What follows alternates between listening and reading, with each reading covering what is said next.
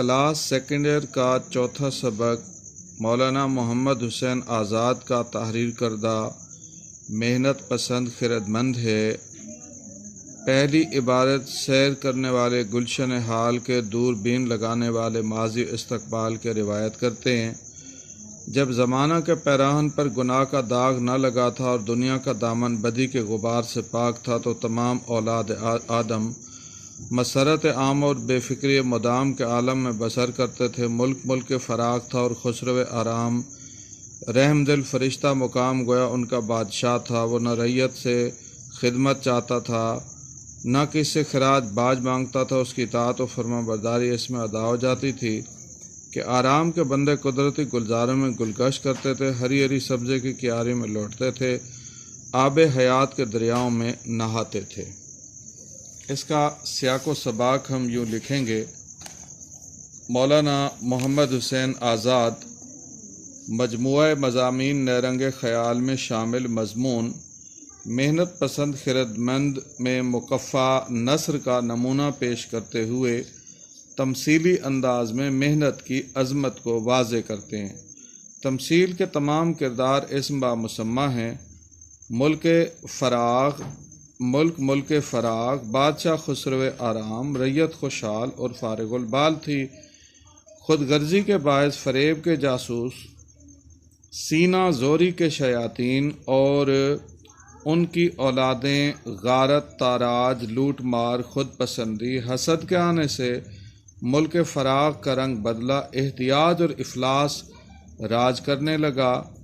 ملک فراغ کے باسی تدبیر اور مشورہ کے پاس گئے، جنہوں نے محنت پسند خردمند سے ملایا۔ اس نے تحمل اور ہمت کی سربراہی میں سخت محنت کرا کے دنیا کا رنگ بدل دیا اور سلطان محنت پسند کا لقب پایا۔ یہ عبارت سبق کے آغاز سے لی گئی ہے۔ موجودہ زمانے کے پھولوں سے بھرے ہوئے باغ کی سیر کرنے والے اور گزرے ہوئے زمانے نیز آنے والے وقت پر نگاہ رکھنے والے بیان کرتے ہیں کہ ایک دور تھا جب زمانے کے لباس پر گناہ کا داغ نہ لگا تھا، دنیا کا دامن برائی کی آلودگی سے پاکیزہ تھا۔ اس دور میں حضرت آدم کی تمام اولاد عام خوشی اور ہمیشہ کی بے فکری کی کیفیت میں زندگی بسر کرتی تھی۔ آج کے دور میں ایسے افراد یقیناً موجود ہیں جو انسان کی موجودہ خوشحالی کی حالت سے اچھی طرح آگاہ ہیں کہ آج کا انسان ماضی کے آدمی کے مقابلے میں زیادہ آسودہ حال ہے۔ ان کی نظر فقط اسی عہد کے انسان کی خوشحالی پر نہیں بلکہ وہ اس کے گزرے ہوئے زمانے سے آگاہ ہیں اور مستقبل کی تبدیلیوں اور ترقی پر بھی نظریں جمائے ہوئے ہیں۔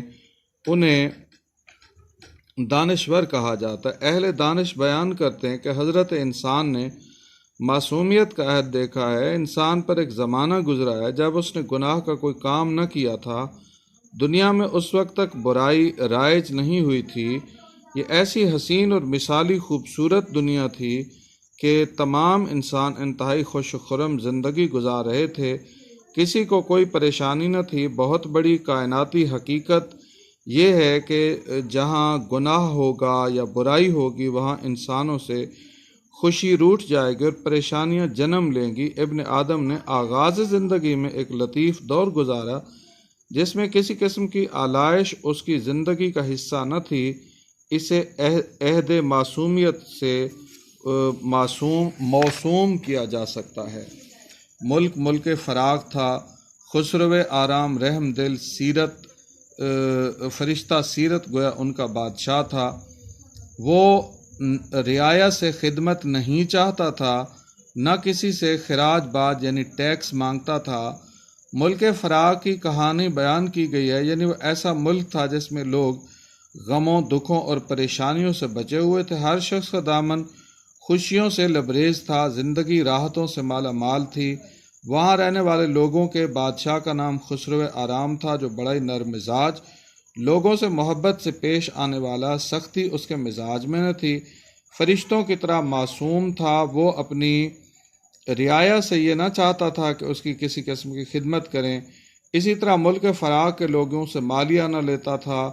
وہ لفظ ظلم کو تو جانتا ہی نہ تھا، نرم دل ملائم مزاج تھا، اسے عوام سے کوئی سروکار نہ تھا، انتہائی شفقت، پیار، محبت اور عنایت سے پیش آتا تھا۔ اس کی اطاعت و فرما برداری اس میں ادا ہو جاتی تھی کہ آرام کے بندے قدرتی گلزاروں میں سیر کرتے، ہری ہری سبزے کی کیاریوں میں کھیلتے تھے، زندگی بخش پانی کے دریاؤں میں نہاتے تھے۔ خسرو آرام رعیت رعایا سے اطاعت و فرما برداری چاہتا تھا، مگر نرالے اور انوکھے انداز میں، صرف یہ طلب کرتا کہ لوگ پھولوں سے بھرے ہوئے باغ میں سیر کرتے رہیں۔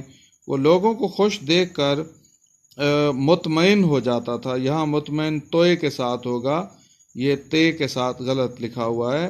لوگ سبزے کے کیاروں میں بیٹھتے اور کھیلتے کودتے تھے تو اسے بہت زیادہ خوشی محسوس ہوتی تھی۔ آب حیات پینے کو تو میسر تھا ہی، مگر نہانے کے لیے فراواں تھا۔ ملک فراق کے لوگ اس زندگی بخش پانی میں نہایا کرتے تھے۔ زندگی انتہائی پر لطف اور پر آسائش تھی۔